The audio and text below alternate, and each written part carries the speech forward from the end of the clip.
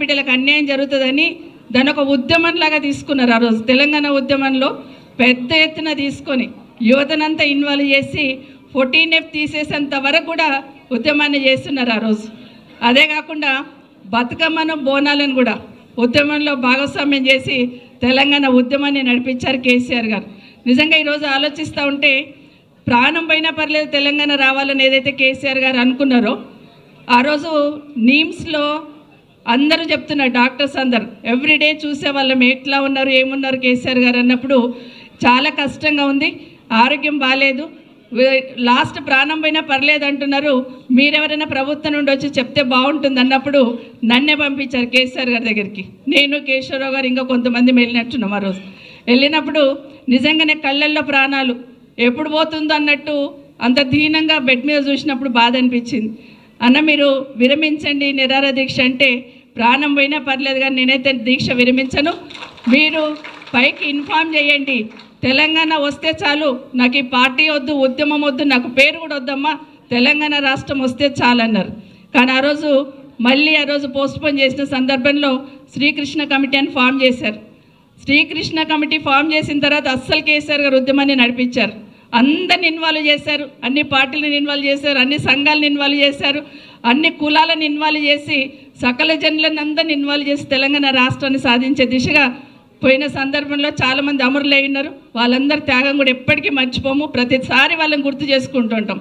So సకల జనుల సమ్మెను ఒకసారి చేసి సాగర హారం అని చేసినప్పుడు నిజంగా ఆ రోజున్న ముఖ్యమంత్రి గారు సాగర హారం పర్మిషన్ ఇద్దాం అనుకున్నప్పుడు చుక్కా రామయ్య గారు కానీ నాగేశ్వరరావు ఎమ్మెల్సీ గారు కానీ చాలామంది సోదరులు మాట్లాడినప్పుడు పర్మిషన్ ఇవ్వడానికి వీల్లేదన్నప్పుడు తెలంగాణ వాదిగా నేను కొంచెం అడిగాను, పర్మిషన్ ఇవ్వండి అన్నా ఏం పర్వాలేదు స్మూత్గా చేసుకుంటారు అన్నప్పుడు ఎక్కడ చిన్న గొడవైనా నువ్వు రాజీనామా చేయాలమ్మా అన్నారు ఆ రోజు ముఖ్యమంత్రి గారు.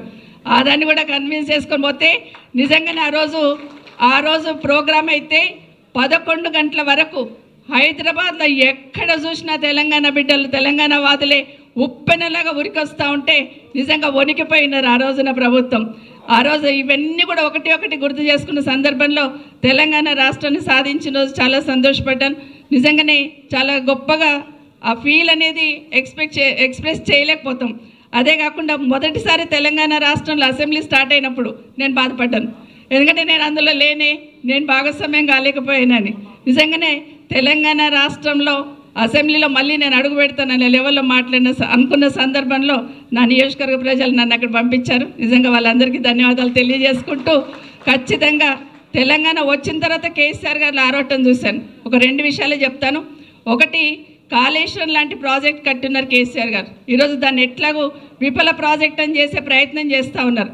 కానీ అదే కాళేశ్వరం లాంటి ప్రాజెక్టులో ఒకరోజు కేసీఆర్ గారు ఒక మీటింగ్లో ఉన్నప్పుడు చెరువులు కుంటలన్నీ నింపుకోవాలని చెప్తున్న సందర్భంలో నల్లగొండలో ఒక్క చెరువు నింపలేదని చెప్పేసి అక్కడున్న మంత్రి గారికి ఫోన్ చేసి ఇమీడియట్గా చెరువు నింపమని చెప్పినారు.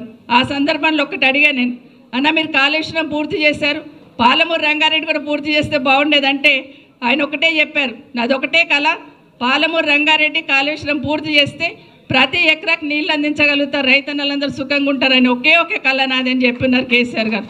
నిజంగా అంత గొప్పగా ఆలోచించున్నారు, వారు నిజంగా మనసు పెట్టి పాలన చేస్తున్నారు. కేసీఆర్ గారికి భగవంతుడు ఆయురారోగ్యాలు ఇవ్వాలని, మరొక్కసారి ఈ రాష్ట్రానికి ముఖ్యమంత్రి కావాలని, ఈ రాష్ట్రానికి కేసీఆర్ గారి నాయకత్వమే శ్రీరామ రక్షణ మరొక్కసారి మనం అందరం అనుకుంటూ జై తెలంగాణ, జై కేసీఆర్. థ్యాంక్ యూ అక్క. ఇప్పుడు పెద్దలు